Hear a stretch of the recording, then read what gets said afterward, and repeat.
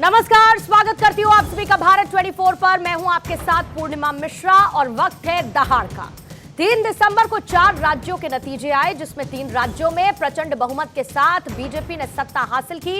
लेकिन ऐसा पहली बार हुआ कि बीजेपी को मुख्यमंत्री का नाम तय करने में इतना वक्त लगा, और आज इसी को समझने की कोशिश करेंगे। सबसे पहले 2 राज्यों की बात करेंगे, छत्तीसगढ़, और उसके बाद बीजेपी ने मध्य प्रदेश के फैसले में बड़ा सरप्राइज दे दिया है। छत्तीसगढ़ की कमान आदिवासी नेता विष्णुदेव साय को दी गई है, तो मध्य प्रदेश की कमान मोहन यादव को देकर बीजेपी ने ओबीसी वोट बैंक पर बड़ा दांव चला है। एक तरफ जहां पर आदिवासी चेहरा, तो दूसरी तरफ मध्य प्रदेश में ओबीसी के चेहरे को मुख्यमंत्री के तौर पर आगे करते हुए एक और नई चीज निकलकर जो बीजेपी ने इस बार की है, दोनों ही राज्यों में, फिर चाहे छत्तीसगढ़ हो फिर चाहे वो मध्य प्रदेश हो, दोनों ही जगह 2-2 डेप्यूटी सीएम का फॉर्मूला इस बार बीजेपी लेकर आई है। लेकिन एक वक्त लगा है। एक तरफ जहां पर छत्तीसगढ़ में 7वें दिन ऐलान हुआ, तो मध्य प्रदेश में 8वें दिन, और राजस्थान को लेकर मंथन अभी भी जारी है। और माना यह जा रहा है कि राजस्थान में कल तक मुख्यमंत्री का चेहरा बीजेपी का कौन होगा, यह सामने आ सकता है। लेकिन इसी बीच में सवाल यह है कि राजस्थान की कमान किसे दी जाएगी, क्योंकि अभी वहां पर पिक्चर बाकी है। क्या बीजेपी राजस्थान में किसी सामान्य वर्ग के चेहरे पर दांव खेल सकती है? एक तरफ आदिवासी चेहरा, दूसरी तरफ ओबीसी का चेहरा मध्य प्रदेश में। राजस्थान में क्या सामान्य वर्ग का व्यक्ति मुख्यमंत्री के तौर पर बीजेपी आगे करने वाली है, ये सवाल रहेंगे। और इसके साथ ही आपको यह भी समझा देते हैं कि आखिर बीजेपी को प्रचंड बहुमत के बाद भी 3 राज्यों में सीएम चुनने में आखिर देरी क्यों हुई है। दरअसल बीजेपी की नजर ओबीसी, सामान्य और आदिवासी वोट बैंक पर है।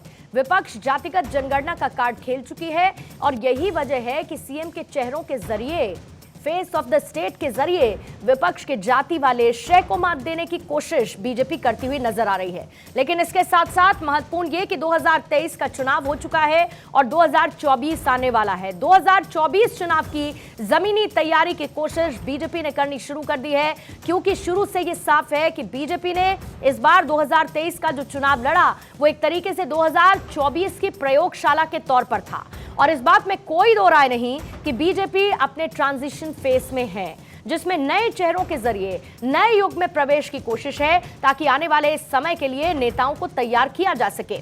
इससे पहले लगातार ये सवाल उठता रहा कि इन तीनों राज्यों में क्या पुराने चेहरे को दरकिनार करने की स्थिति में बीजेपी है, क्योंकि इन तीनों ही चेहरों ने बीजेपी को जीत दिलाने में एक महत्वपूर्ण योगदान दिया है। लेकिन संकेतों के माध्यम से बीजेपी ये बात सामने रखती रही है कि एक युवा चेहरे को सामने लाया जा सकता है, एक नए चेहरे को सामने लाया जा सकता है। और यही वजह है कि लगातार नए चेहरों की चर्चा हो रही थी। हालांकि नए चेहरों पर बीजेपी की तरफ से खेला गया दांव आसान नहीं है, क्योंकि नए चेहरों पर दांव से पुराने नेताओं के बगावत का डर भी था, जिसे इतने दिनों तक बीजेपी बारीकी से भांपती हुई नजर आ रही थी। वहीं पुराने चेहरों को व्यापक जगह देकर, यानी कि एक रिस्पेक्टेबल पोजीशन देकर संतुष्ट करना, ऐसे में एक बड़ी चुनौती बीजेपी के लिए है।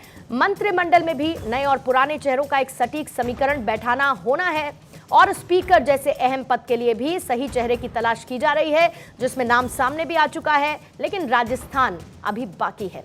2 राज्यों में समय लगा है, राजस्थान में मंथन जारी है। राजस्थान की पिक्चर कब तक क्लियर होगी, इसका इंतजार है। लेकिन माना यह जा रहा है कि कल तक राजस्थान में भी पिक्चर क्लियर हो सकती है।